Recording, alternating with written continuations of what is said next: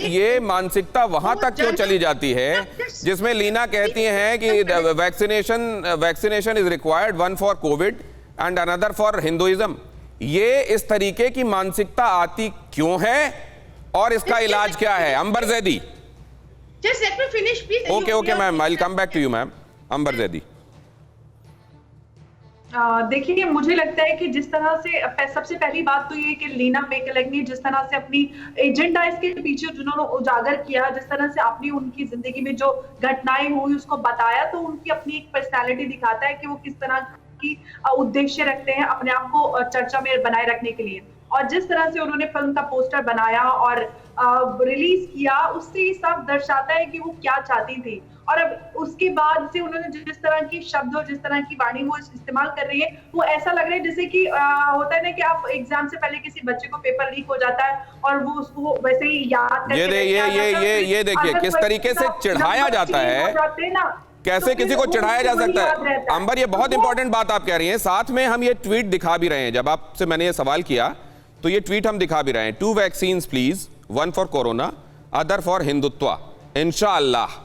मैं यही समझना चाह रहा हूं कि इस तरीके से भावनाओं को द्वेलित करने वाली बातें, पिंच करने वाली बातें क्यों कही जाती हैं और इससे लोगों को हासिल क्या होता है। और अगर करने वालों को इस बात का एहसास नहीं है कि वो क्या कर रहे हैं, तो फिर उनको एहसास दिलाने के लिए कानून के तहत जो प्रोविजन है उसमें क्या किया जाता है। गीता जी, इस पर थोड़ा रोशनी डालिए।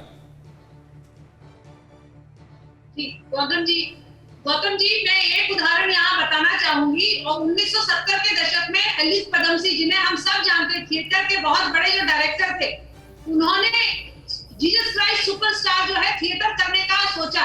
लेकिन वहां के बॉम्बे के जितने महापादरी थे, उन्होंने उस पर प्रश्न चिन्ह लगाया, कहा आप इसको नहीं कर सकते इस थिएटर को, क्योंकि इसमें बहुत सारी ऐसी चीजें थी जो आपत्तिजनक थी, बाइबल के अनुसार नहीं। एलिस पदमसी ने उसको जिस प्रकार से बताया गया, उसको नाटक को बदला और बदलने के बाद पहले पादरियों को दिखाया और उसके बाद उस शो को जो है पब्लिक के सामने लेके गए। और ऐसे बहुत सारे उदाहरण हमारे पास है।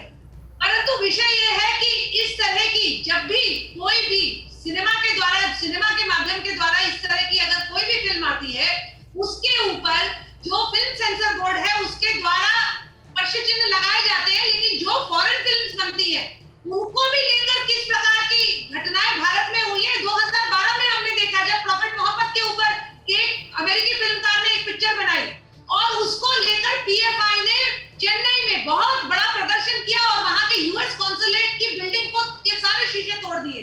2000 से ज्यादा लोग जमा हो गए। नहीं तो आप क्या ये कहना चाह रही हैं मैम कि हिंदुओं को भी अपनी सहिष्णुता को कम करना होगा या उसका त्याग करना होगा? गौतम जी, हिंदू जो आस्था है उसमें ब्लास्फेमी की कोई जगह नहीं है। और ये जो है ये कारण है कि लोग इसको इस कारण से हिंदू जो देवी देवताएं हुए उनको निशाने पर लेकर एक नफरत भरी बातें। तहसीन, आपसे इसमें कंक्लूडिंग रिमार्क मैं चाहता हूं। आपके हिसाब से ऐसे लोगों का इलाज क्या है? मैं आधे बात से गीता जी से अग्री करता हूं, लेकिन देखिए, भारत एक लोकतंत्र मुल्क है। यहाँ पे ब्लास्फेमी कानून का, देव अपमान कानून का कोई स्थान नहीं है। लेकिन अगर हम फ्रीडम ऑफ स्पीच प्रमोट करना चाहते जो नहीं, कॉन्स्टिट्यूशन तो के हिसाब से तो नहीं है, धर्म के हिसाब से भी नहीं है। हाँ, तो फिर आपको सभी पर टिप्पणी करने का अधिकार होना चाहिए। ये नहीं हो सकता कि आप सिर्फ एक वे ऑफ लाइफ पे टिप्पणी करो, एक कल्चर पे, फिर आपको सबके लिए करना चाहिए, किसी पर नहीं। लेकिन मैं ये मानता हूं कि एक लोकतंत्र में कानून की जरूरत नहीं है, तो फिर ये अधिकार सबके लिए होना चाहिए। जैसे गीता जी ने कहा, हर धर्म पे आपको टिप्पणी करने का। वरना लोग ये समझेंगे कि क्या असहिष्णुता में ही उनके धर्म के सम्मान हो सकता है, उसकी रक्षा हो सकती है। ये भी एक नजरिया धीरे धीरे पनपने लगेगा। बहुत धन्यवाद।